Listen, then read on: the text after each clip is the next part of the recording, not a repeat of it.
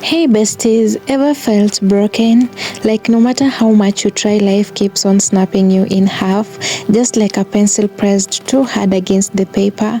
This is the story of a broken pencil and how God used its brokenness to write a story of hope. There was a writer who loved his old pencil. It was simple, nothing fancy about it, but it wrote every story with care. One day, as he was sketching his thoughts, the pencil slipped from his hand and snapped in two. He sighed, disappointed. "It's useless now," he said softly, tossing it aside, but something inside him whispered, "Not everything that's broken is useless." That pencil lay quietly on the table, broken yet still with graphite inside, waiting to be used again.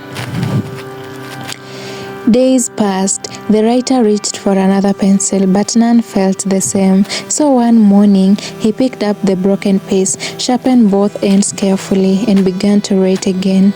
To his surprise, the pencil still wrote, faintly at first, but steadily as he continued, and the words that flowed from it were more meaningful than before. It was as though the pencil had learned something through its breaking, something that made its marks softer, wiser, and even more human. That day, the writer smiled and whispered, "Even broken things can still create beauty." Friend, maybe you feel like that pencil. Life has snapped you through heartbreak, rejection, loss, or failure. Maybe you've been thrown aside, overlooked, or even forgotten, but God doesn't discard the broken. He repurposes them. He sharpens your pain into purpose. He writes stories of healing through the scars you thought made you useless.